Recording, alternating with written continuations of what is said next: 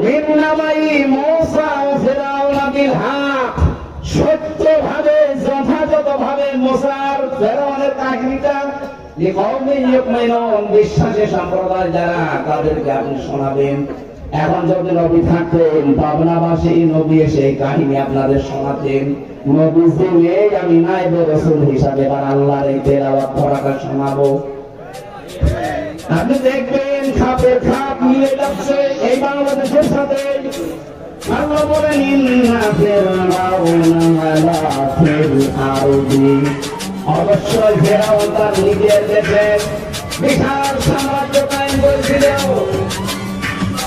আল্লাহ রাব্বুল আলামিনের কথার সাথে হাজার হাজার বছর ধরে আপনি এই 15.5 বছর নিলাম, ওই জামানায় ফিরআউন তার নিজের দেশে বিশাল সাম্রাজ্য কায়েম করেছিল, একচ্ছত্র মালিকানা কায়েম করে ফেলেছিল। আমাদের দেশেও দেখলাম 15.5 বছরে অনেকে একচ্ছত্র মালিকানা নিয়ে নিয়েছিল। যা বলবে তাই হবে। ওয়াজালাম আহলাহা শিয়া, কয়েকটা কাজ হাতে নিয়েছিল ফেরাউন।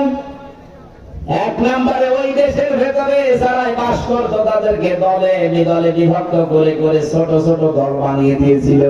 বাংলাদেশে অনেকে এই সিস্টেম দাদা বাবুদের বুদ্ধি মতো আমাদের উপরে করে রেখেছে।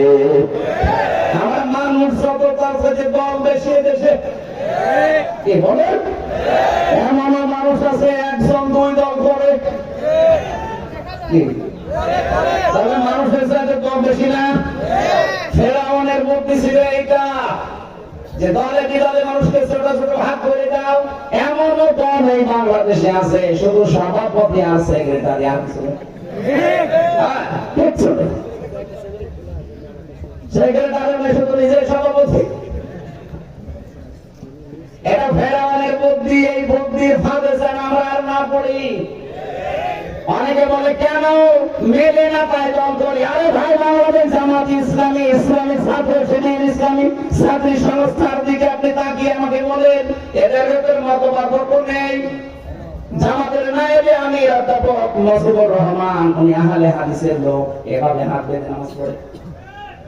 আমি তো বলকে নামে নাবির উপরে হাত বেঁধে নামাজ পড়ে। মাওলানা জহুরুল ইসলাম নাবির উপরে হাত বেঁধে নামাজ পড়ে। আমাদের মত পার্থক্য আমিন কেউ চলে বলে, কেউ